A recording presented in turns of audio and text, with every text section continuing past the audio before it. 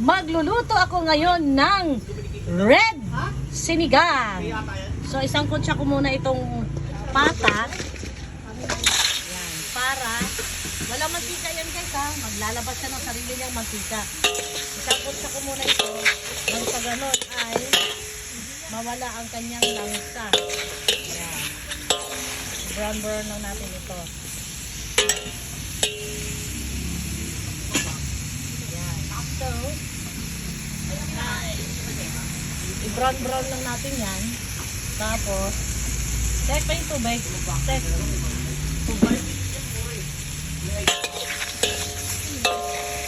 Tata, hinano ko lang. Sinangkutsa ko lang para, ayan, nainin mo na kung halang.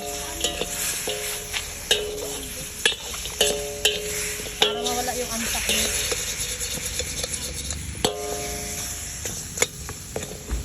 Yan. I-brown ko lang. Kasi ayaw ko mag-gisa na may mantika.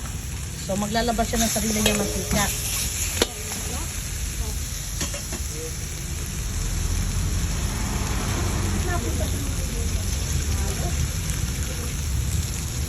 Yan.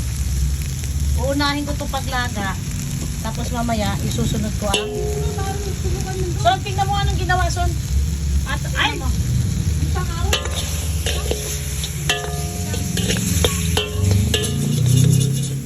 ginawa mo?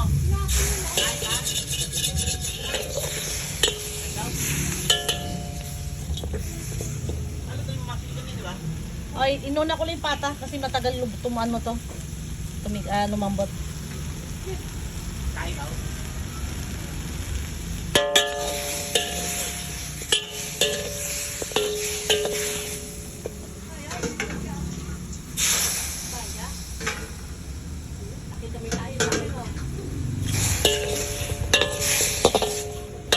Lalagyan ko lang ng konting tubig para hindi masunog ang kawali.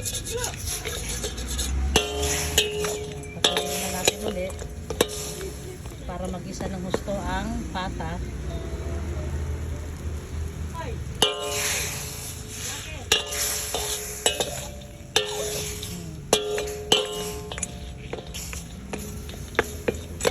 Bago ko to sinangkot siya, binabaran ko to ng asin at saka paminta para may lasa na rin siya.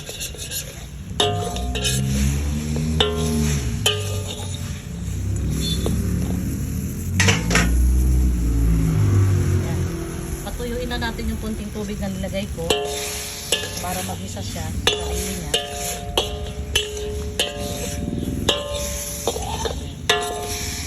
Yan, wala na tubig yan. Hindi na labas naman yung sarili niyang mantika.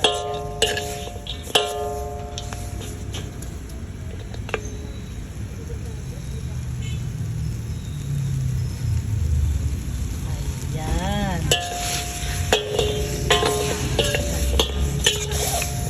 Lalagyan ko ito ng tubig yung halos masunog-sunog na yung kawali. Ayan. Pabrown na yung kawali. Lagay na tayo ng tubig.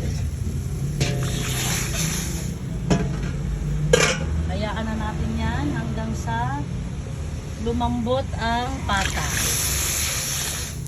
Pag lumambot na yan, saka natin ilagay ang 2 kilong laman naman ng baboy.